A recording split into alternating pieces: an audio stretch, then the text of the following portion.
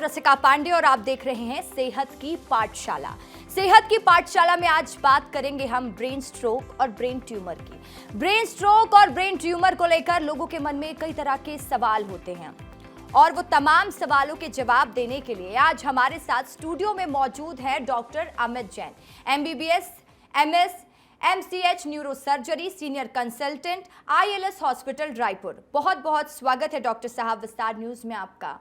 और मेरा पहला सवाल आपसे यही रहेगा, ब्रेन ट्यूमर क्या होता है? क्या हर ब्रेन ट्यूमर कैंसर होता है? क्योंकि लोगों के मन में जैसे ही सुनाई देता है कि ट्यूमर हो गया तो लोग ये डर में आ जाते हैं कि कहीं ये कैंसर तो नहीं है। नमस्कार, मैं doctor Amit Jain, senior consultant neuro surgeon, ILS hospital से।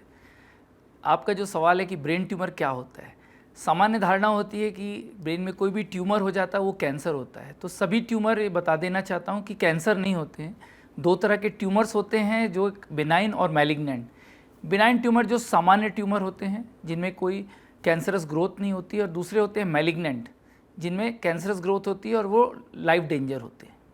बिल्कुल सर, ये भी बताइएगा हमारे दर्शकों को जो इस इंटरव्यू को देख रहे हैं कि ब्रेन ट्यूमर होने का प्रमुख कारण क्या होता है और किन लोगों को इसका खतरा सबसे ज़्यादा होता है? जी, ब्रेन ट्यूमर किसी भी एज ग्रुप में हो सकता है, पीडियाट्रिक्स और एडल्ट किसी भी एज ग्रुप में। अभी तक जो नॉर्मली जैसे रेडिएशन ट्रीटमेंट्स होते हैं ये बहुत हार्मफुल होते हैं, इनसे ब्रेन ट्यूमर का खतरा बढ़ता है। सामान्यतः कई बच्चों को जो है इस तरह का ट्रीटमेंट, रेडिएशन ट्रीटमेंट के दौरान जो है ट्यूमर होने की संभावना बढ़ जाती है। साथ ही साथ जो इम्यूनो कॉम्प्रोमाइज पेशेंट होते हैं जैसे HIV पेशेंट्स, उनमें ब्रेन ट्यूमर्स होने की संभावना बढ़ती है। लिम्फोमा एक ट्यूमर होता है जिसे इम्यूनो कॉम्प्रोमाइज में होने की संभावना काफ़ी ज़्यादा होती है। और साथ ही साथ जैसे जैसे एज ग्रो करती है ट्यूमर के कैंसर होने की संभावना बढ़ती जाती है। बिल्कुल, ये भी समझाइएगा डॉक्टर साहब कि ब्रेन ट्यूमर के शुरुआती लक्षण क्या होते हैं, जिन्हें अक्सर सर दर्द होता है, तो क्या ये सामान्य होता है? नज़रअंदाज करना सर दर्द ठीक होता है या फिर नहीं? जी, सब जो कोई भी ट्यूमर होता है ब्रेन में, वो सबसे पहले जो होता है साइज़ पे डिपेंड करता है। यदि ट्यूमर बहुत ही स्मॉल साइज़ है तो कई बार सिम्टम नहीं भी होते हैं, और कई बार जैसे जैसे साइज़ ग्रो करता है, हेडेक होना, साथ में वॉमिटिंग होना।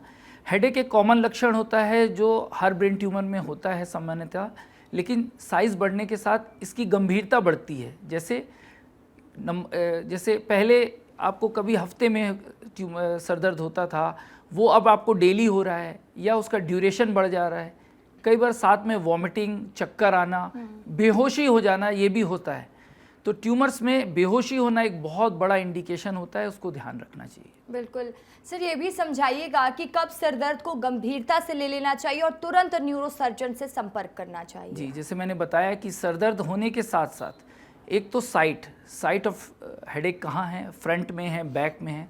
ट्यूमर के लोकेशन के अकॉर्डिंग वो सर दर्द बदल सकता है।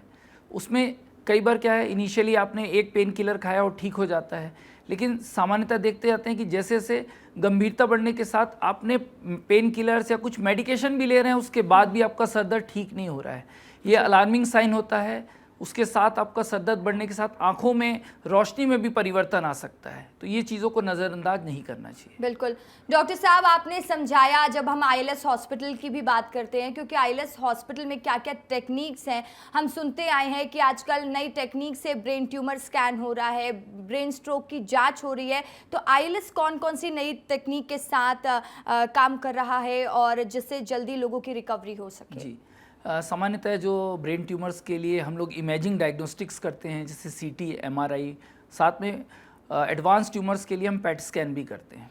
तो CT, हमारे पास जो MRI है दैट इज़ 3 टेस्ला MRI, जो कि सामान्यतः बाकी हॉस्पिटल्स में देखने को नहीं मिलता है। साथ में उसमें DTI यानी कि डिस्ट्रक्शन टोमोग्राफी भी होती है, और फंक्शनल MRI जिसकी सहायता से हम ब्रेन के सामान्य ऑर्गन जो ट्यूमर के अराउंड होते हैं उनको असेसमेंट किया जा सकता है। तो ये एडवांस डायग्नोस्टिक टेक्निक हमारे ILS में उपलब्ध है। बिल्कुल सर, हम सुनते हैं कई बार, क्योंकि देखिए मेरी फैमिली में भी एक पेशेंट हैं जिनको ब्रेन ट्यूमर है, तो डॉक्टर से कहते हैं कि ब्रेन ट्यूमर ऐसी क्रिटिकल एरिया में है जिसकी सर्जरी नहीं हो सकती। तो अगर ऐसी स्थिति उत्पन्न होती है किसी भी पेशेंट के साथ, तो उस स्थिति में क्या किया जाता है, क्या एक्शन लिया जाता है? ब्रेन ट्यूमर क्या क्यूरेबल होता है? जी, मैं बता देना चाहता हूँ कि जैसे मैंने बताया कि लोकेशन ऑफ ट्यूमर इम्पॉर्टेंट है, यानी कि वो ट्यूमर किस जगह पे है। यदि वो किसी एलोकेंट एरिया यानी कि ऐसे एरिया में है जहाँ पे आपका स्पीच एरिया है, या एक ऐसा एरिया है जहाँ पे आपके हार्ट और ब्रीदिंग रिलेटेड जैसे ब्रेन स्टेम जिसे कहा जाता है, उसके आसपास यदि ट्यूमर होता है तो उस जगह पे सर्जरी करना बहुत डिफ़िकल्ट होता है।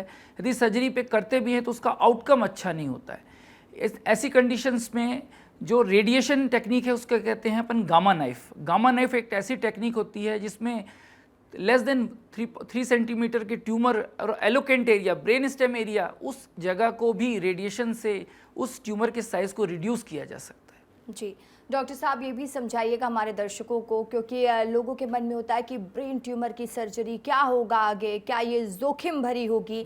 तो जैसे इसको लोग समझते हैं, क्या वाकई में स्थिति आज भी वैसी है या तकनीक ने इसे और भी सुरक्षित बना दिया आज के समय में? अभी जैसे एडवांसेस आते जा रहे हैं, इमेजिंग के साथ साथ जो ट्रीटमेंट जो प्रोटोकॉल्स है उसमें भी काफ़ी चेंजेस आ रहे हैं। जैसे कि अवेक क्रेनोटमी, यानी कि पेशेंट होश में होता है और उसके एलोकेंट एरिया में हम सर्जरी करते हैं तो पेशेंट से बातचीत करते हुए उसके ब्रेन ट्यूमर को निकाल सकते हैं। उसी तरह एडवांस टेक्निक में जो हाई एंड माइक्रोस्कोप, हमारे आईएलएस में जो है हाई एंड माइक्रोस्कोप है जिसमें इनबिल्ट नेविगेशन, यानी कि ब्रेन की सही लोकेशन को जानकर उसके डेप्थ को, उसके एरिया को देख के छोटे क्रेनियोटोमी के साथ उसका जो है ट्यूमर निकाला जा सकता है। साथ ही साथ हमारे जो एडवांस एमआरआई है उसमें एंजियोग्राफी भी इनबिल्ट है। तो यदि कोई खून की बड़ी नलियां हैं, एनुरिज्म है, या कोई ट्यूमर है जो बहुत वास्कुलर है, उसके आसपास खून की बड़ी नलियां, उनको बचाते हुए सर्जरी करना है, वो भी हमारे इस हाई एंड माइक्रोस्कोप में पॉसिबल है। जी डॉक्टर साहब, ये समझाइए, जैसे कि आपने बताया कि सर्जरी होती है, तमाम आजकल टेक्नोलॉजी आ गई है, लेकिन क्या ब्रेन ट्यूमर का इलाज सिर्फ दवाओं से हो सकता है? सर्जरी की ज़रूरत बहुत ज़रूरी होती है क्या? बिना सर्जरी के ब्रेन ट्यूमर ठीक हो सकता है क्या? जी देखिए, depends on the grading of tumour, staging पे डिपेंड करता है। यदि पेशेंट का ट्यूमर बहुत ही एडवांस कंडीशन में है तो कई बार हम लोग पेलिएटिव ट्रीटमेंट में जाते हैं, यानी कि उसको कुछ भी टच नहीं करते हैं। यदि पेशेंट को मिर्गी के दौरे आ रहे हैं या ब्रेन में स्वेलिंग है तो हम लोग उसका मेडिकली ट्रीट करते हैं और पेशेंट को काउंसलिंग करते हैं कि, और उसको मोटिवेट करते हैं कि आपकी जो भी लाइफ है, जो बची हुई लाइफ है, उसको इम्प्रूव करने की कोशिश करते हैं। बट बहुत सारे ट्यूमर क्यूरेबल होते हैं जो बिनाइन होते हैं, जैसे मेनिंजियोमा होता है, तो वो किसी भी डिफ़िकल्ट लोकेशन में हो उसको ऑपरेट किया जा सकता है। जी डॉक्टर साहब, जैसे कि आपने बताया कि हम पेशेंट्स की पहले काउंसलिंग करते हैं, उन्हें समझाते हैं, मैं इसी से जुड़ा एक सवाल आपसे पूछना चाहूँगी, क्योंकि आप लोगों के लिए भी एक बहुत बड़ा चैलेंज होता है किसी पेशेंट को या उनके परिजनों को ये बताना कि आपके मरीज़ को ब्रेन ट्यूमर हो चुका है। और तो आप लोग इसको कैसे फेस करते हैं, कैसे पेशेंट को समझाते हैं? क्योंकि जैसे ही वो ये सुनते होंगे तो मुझे लगता है उनके लिए तनावपूर्ण माहौल हो जाता होगा, उनके दिमाग में बहुत सारी चीज़ें चलने लगती होंगी। अगर कोई आप केस स्टडी हमारे दर्शकों को बताना चाहें। जी जी जी, जैसे कई बार ऐसे पेशेंट होते हैं और कई बहुत एंजियस होते हैं, जैसे उनको किसी ने बोल दिया, सिंपल किसी डॉक्टर के पास गए और एक सीटी स्कैन कराया और उसने बोल दिया कि आपके ब्रेन में ट्यूमर है। वो बहुत ही ऐसी कंडीशन हो जाती है कि पेशेंट को लगता है कि अब तो मैं नहीं बचूंगा, लेकिन ऐसा नहीं है। हमारा प्राइम एम रहता है कि पहले हम उसको डिलीट कर लें कि उसकी लोकेशन क्या है, वो कैसा है, उसका व्यवहार क्या है, वो सब कुछ जानने के बाद ही हम लोग उसके रिलेटेड काउंसलिंग करते हैं। यदि पेशेंट बिनाइन ट्यूमर है तो हम पेशेंट को समझाते हैं कि ये कैंसर नहीं है, इसका इलाज संभव है, इसे एडवांस टेक्निक से आराम से निकाला जा सकता है और आपको कोई विपरीत प्रभाव भी नहीं पड़ेगा। लेकिन यदि वो कैंसर है और बहुत ही एडवांस स्टेज में है तो जनरली मैं कभी भी पेशेंट को डायरेक्टली ये नहीं बताता कि उसको कैंसर है। उसके परिजनों को हम काउंसलिंग करते हैं कि ये ट्यूमर है, थोड़ा हम उसकी लाइफ को एक्सपैंड कर सकते हैं, मे बी 2 ईयर और 3 ईयर में उसकी लाइफ को बढ़ा सकते हैं। ऐसे में कभी भी पेशेंट को ये डायरेक्टली नहीं कहना चाहिए कि उसको कैंसर है, ये कहना चाहूँगा मैं आपसे। बिल्कुल डॉक्टर साहब, ये बताइएगा कि जैसा कि आपने कहा कि आजकल ब्रेन ट्यूमर क्यूरेबल है, ठीक हो जाता है, तो क्या ब्रेन ट्यूमर दोबारा भी हो सकता है इलाज के बाद? मरीजों को किन बातों का विशेष ध्यान रखना चाहिए? जी जी, ट्यूमर की जो साइज़ है उस पर डिपेंड करता है कि उसको हम पूरा निकाल सकते हैं या ट्यूमर किसी नर्व से चिपका हुआ है या किसी ऐसी जगह पे है जहाँ पर हम उसको ज़्यादा नहीं सिर्फ बायोप्सी कर सकते हैं। इस पर डिपेंड करता है कि हमारा फर्दर लाइन ऑफ ट्रीटमेंट क्या रहेगा।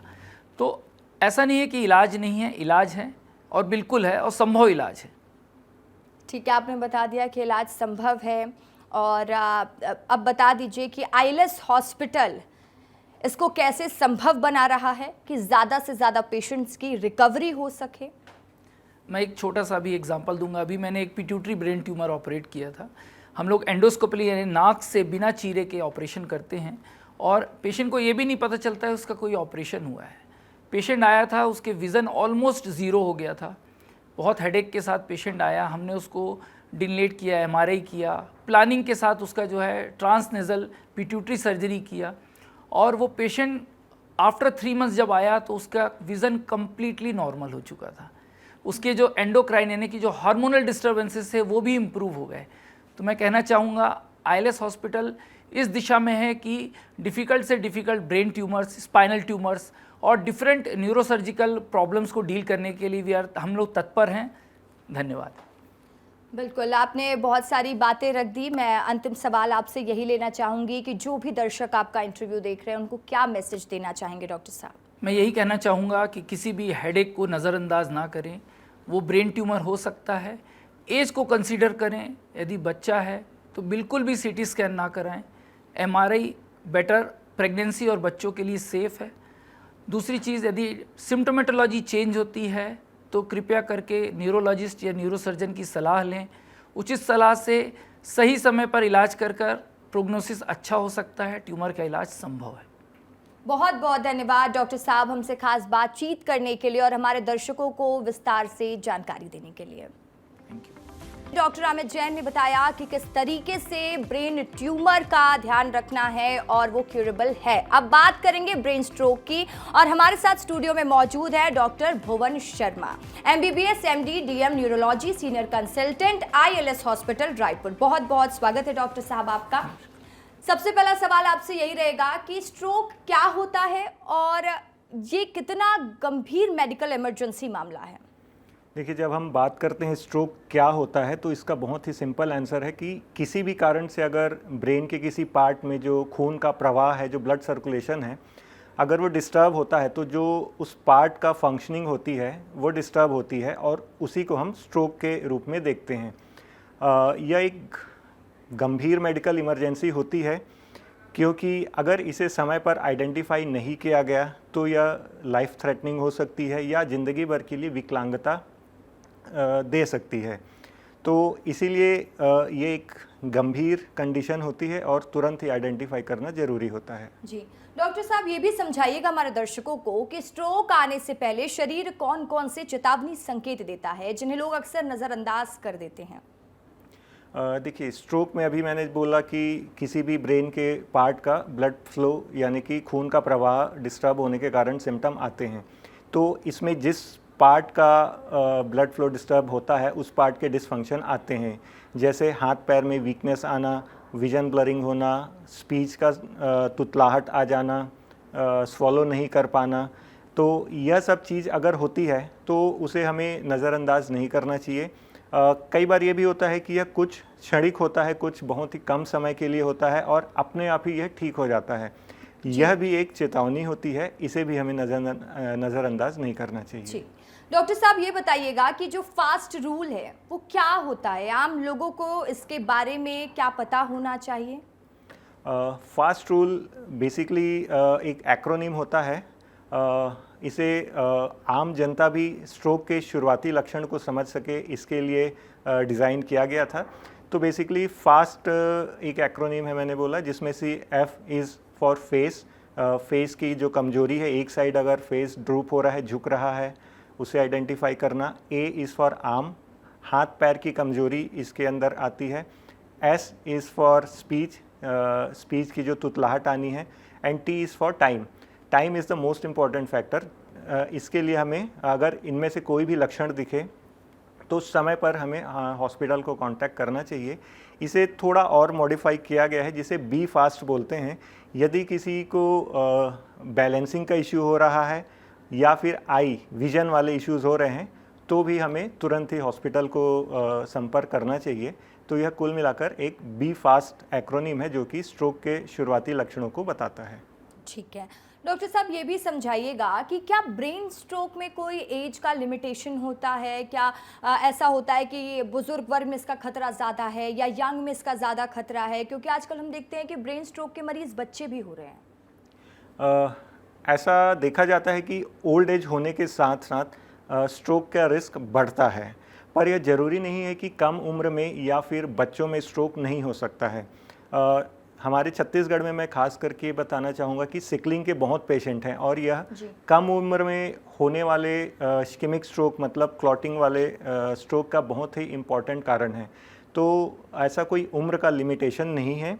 हाँ, बढ़ते उम्र में यह ज़्यादा होता है, पर यह चीज़ किसी भी उम्र में हो सकती है। जी डॉक्टर साहब, ये समझाइएगा हमारे दर्शकों को कि गोल्डन आवर और विंडो पीरियड का स्ट्रोक के इलाज में क्या महत्व होता है? देखिए, जब भी स्ट्रोक का सिम्टम शुरू होता है तो उस समय ब्रेन का डैमेज शुरू हो जाता है।